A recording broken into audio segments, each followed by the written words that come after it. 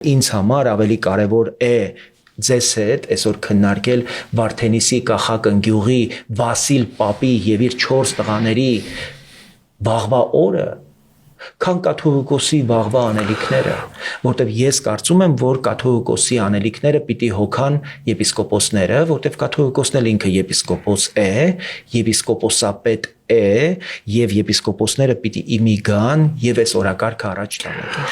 Այս օրակարգը որևէ կերպ չի օգնում որպեսի կախակնգյուղը, որը 2022 թվականին 350 բնակիչ ուներ, հիմա ունի 50-ը, որ կարողանա այդ ոչ միայն իր եղած բնակչությունը ավելացնել, նաեւ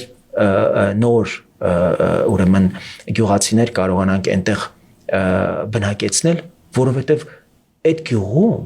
կառուցվում է 350 աշակերտի համար նախատեսված դպրոց